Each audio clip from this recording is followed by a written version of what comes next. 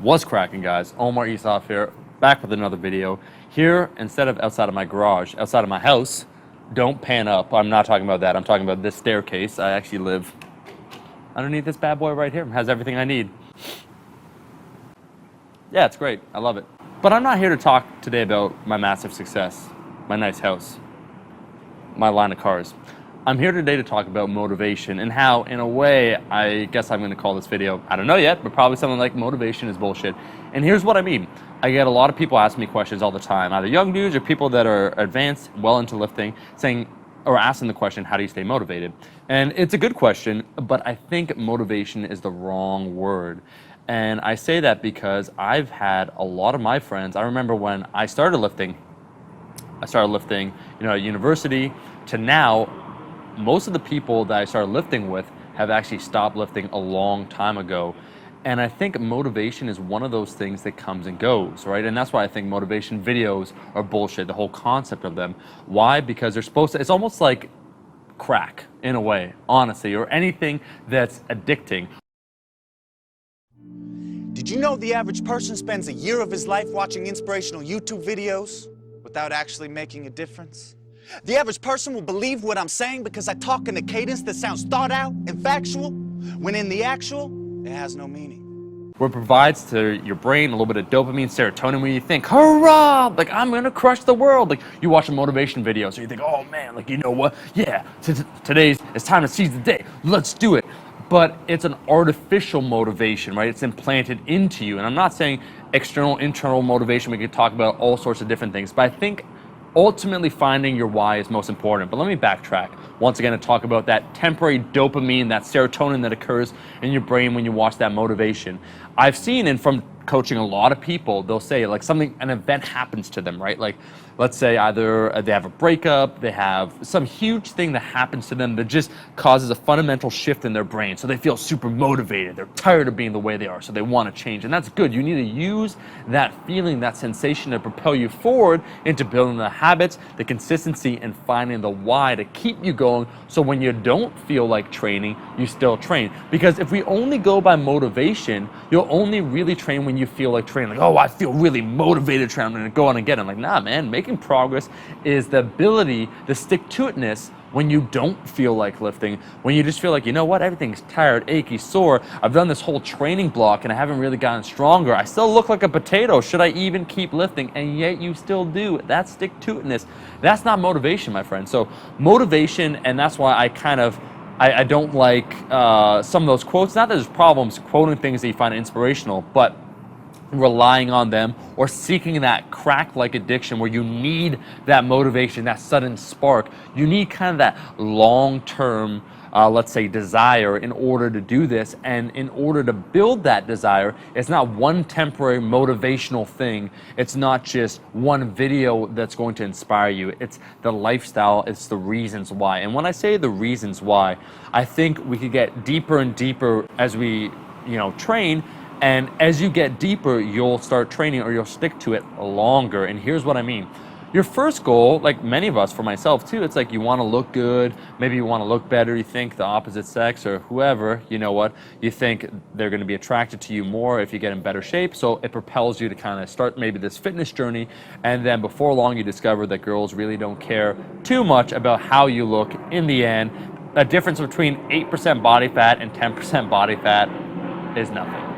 And so your why changes after that, and so your motivation as a result of that, because you're motivated in the first place because you wanted to get in shape, because you said, man, I want to impress other people, all this stuff, and that disappears. Or maybe you achieve it and you're satisfied then, right? And I heard that line before, that satisfaction is the death of desire, and I totally can agree with that. And this is what I mean. That initial motivation is enough to get you perhaps started. Maybe you watch that video, you get pumped up, hey man, do you, or that song or that quote, it gets you the foot in the door. But what keeps you in the gym is not going to be a constant supply of killer songs or killer quotes or killer inspirational videos. It's the reason why that's in your soul, in your gut, that stick-to-itness that you feel within you, the reason you want to change. And so I think, once again, the further you go down this rabbit hole, the more you find out your why. Again, I could use myself as an example. Maybe I started because I just want to look a little bit better, feel a little bit better, have a little bit more energy. But now I truly do see how lifting as a whole, lifting the whole process, aids me in all other aspects of my life. Because I look at the determination, the discipline, the whole process of attempting something and getting it better. You know, you look at a lot of other things that you want to do. People often will lament and say, man, I can't believe it. It takes so long, fitness, to transform my body, to get stronger. I'm like, actually, if you look at any other pursuit that you might want to do, let's say you want to be a classical musician, you need thousands and thousands of hours. That's years upon years upon years before you're all right. Having a good physique or getting pretty strong takes a hell of a lot less time. So doing these things, finding that determination, that dedication, all those things, that reason why you do it, actually bleeds over to everything else in your life. And it kind of just becomes a part of you. And so it's less a question of motivation and more a question then of habits, consistency, the long-term goals that you have, the commitments maybe you made to yourself when you're younger, right? We all have a vision of who we wanted to be when we grow up. And it's kind of sad, like I saw this from some of my high school friends, some of the kids I grew up with, that sometimes, you know, people really give up on their dreams. They, let's say, bow either to other people's expectations of them, or they don't live up to their own expectations. They're not able to achieve what they want in life, and they become a shell of themselves. They become, in a way, hollow. And I think these commitments that we made to ourselves to try and be the best that we can be, the physical component is certainly one of them, is that it has to transcend that superficial level of motivation. So when I do say that motivation is bullshit, what I'm trying to say is constantly relying on that dopamine, that small crack, getting a little whiff of that in order to get you going is not sufficient. It's not going to make you last. What's that? Don't do drugs, kids. That's also the message today. Don't do drugs or you'll wind up living underneath the staircase. And so you can't rely on that. It has to go a little bit deeper, and it's okay if it takes time, right? I'm not saying, for instance, this isn't a motivational video. I'm not saying you watch this and you're like, you know what? Fuck it, man. I'll get in shit. Like, I know what I want to do. It's like, no, you need that why. You need to really, and in order to do that, I believe you got to really know yourself. And these sound kind of like hokey statements, but you have to take a good objective look at either A, what makes you tick, and then B, the reasons why you'd want to do something. And if that feeling of being on, like part of the reasons why I like powerlifting or strength training, as I remember from doing track and field as a kid, you know, my mom would take me out to the field, we'd do it in school, and that feeling of just being on, not even racing against other people, but just kind of excelling and trying to be better than I was yesterday, it's really addicting, it's really fun. And so those reasons that you have, those fundamental reasons, some people like, you know, I actually have, and most people probably don't know this. What's cool, this fitness community here on this YouTube channel, it's a little bit older than average. I think the dominant age group's like 25 to 34. I think 2/3 of the people that watch these videos are over the age of 24. Which is an older demographic for fitness, because a lot of kids start out, you know, a lot of channels have 13 to 17-year-old kids and like, woo, like, let's get in shape, man, I gotta impress the ladies. But some of you guys, it might be you want to get in shape so you could stay in shape for your kids, you want to play with your grandkids. So whatever that why is, that deeper reason that's less superficial, and there's not a problem, let's say if we talk about the ultimate narcissistic thing, you just want to look good naked. I'm not saying that's necessarily a bad thing, but the motivation first to get in the gym, if it's just watching a video, it's not going to make you stick. You really want to have that. You have to have that feeling of either wanting to be the best or that vision you have in your head. So anyways, guys, it's all right if you don't feel motivated day to day. That's completely acceptable. Ultimately, from doing this lifting, from staying consistent, you'll build those habits, and those habits really are those things that lead to success.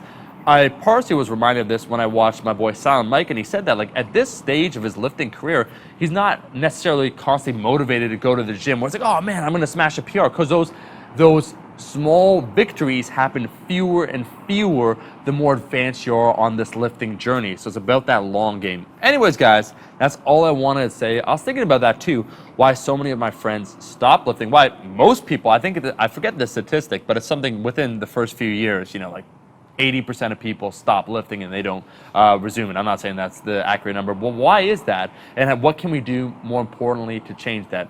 Anyways, I got to get out of here. I got to go to sleep. The sun's going down. Ellis, are you motivated? No, Oh, yes. Wait, what was the first answer? You said yes second.